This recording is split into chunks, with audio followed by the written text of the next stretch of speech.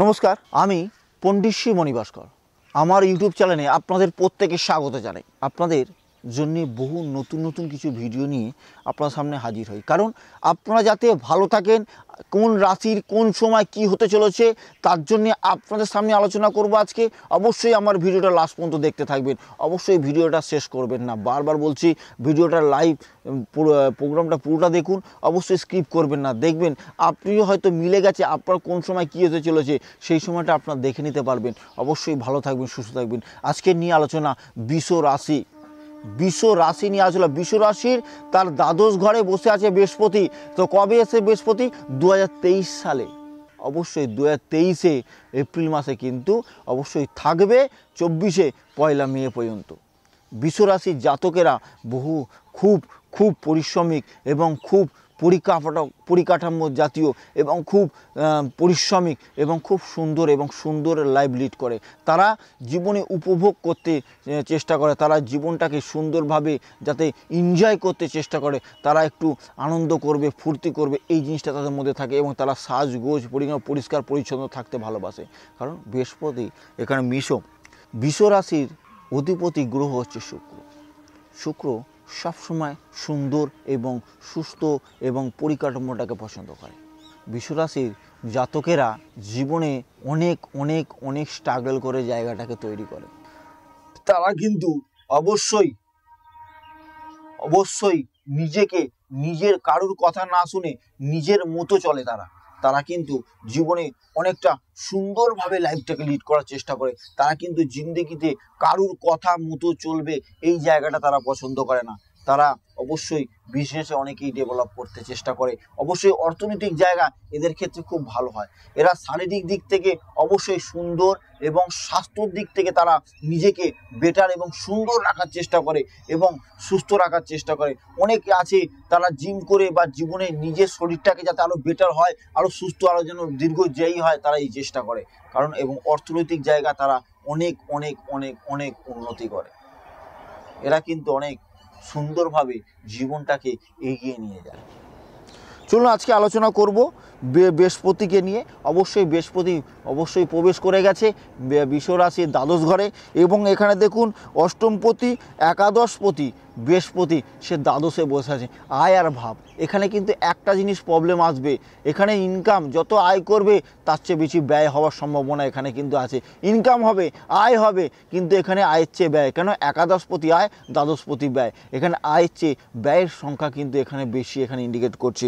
অষ্টম, এখানে চতুর্থ, ষষ্ঠ। দেখুন এখানে কিন্তু দেখা যাচ্ছে চতুর্থ স্থান থেকে মাতৃস্থান, চতুর্থ স্থান থেকে নিজের ভূমি, এবং চতুর্থ স্থান থেকে মা, চতুর্থ স্থান থেকে বিদ্যা।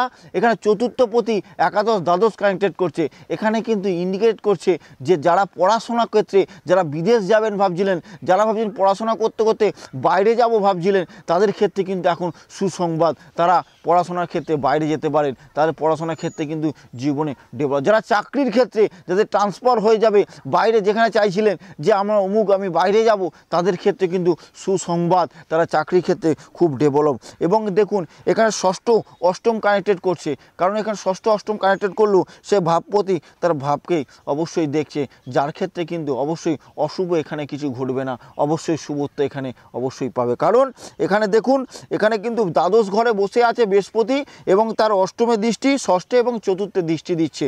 এখানে কিন্তু তার দ্বাদশে আবার একাদশে রাহু অবস্থান করছে। কিন্তু দেখুন এখানে লগ্ন বৃহস্পতি, এখানে কিন্তু দ্বাদশে বসে থাকার ক্ষেত্রে খুব ভালো সংযোগ। দেখুন এখানে অষ্টম, ষষ্ঠ, চতুর্থ দৃষ্টি কি হচ্ছে, এবং অষ্টমে তার নিজের ঘরে কিন্তু দৃষ্টি দিচ্ছে বৃহস্পতি, কতটা ভালো ক্ষেত্রে।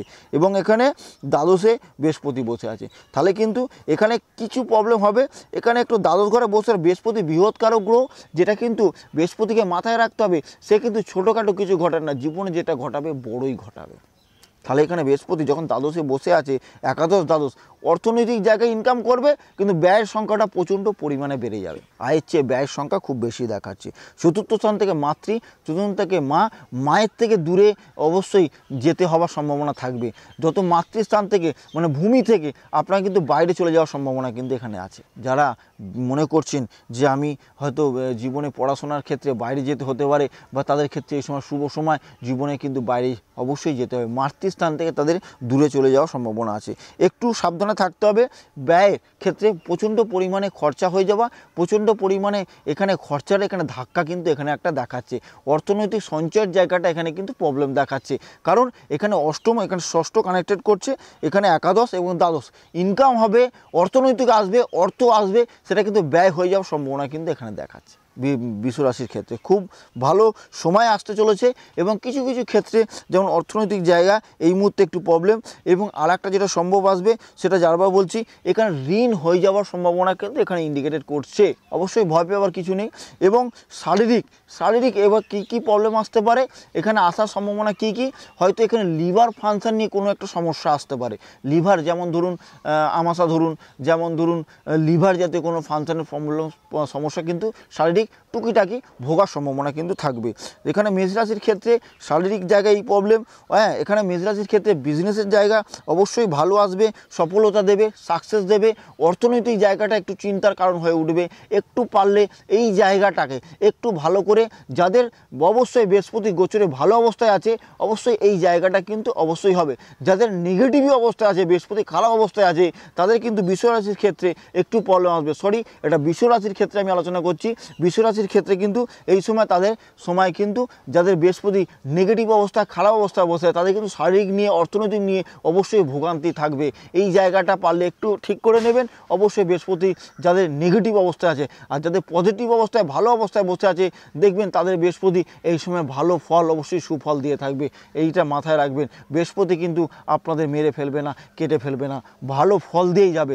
31 মে পর্যন্ত 2024 আপনারা দেখে নেবেন আপনাদের জীবনে যাদের পজিটিভ অবস্থায় বৃহস্পতি বসে আছে, তাদের আমি অবশ্যই বলে দিচ্ছি, তারা বৃহস্পতির জীবনে ভালো ফল পেতে চলেছেন।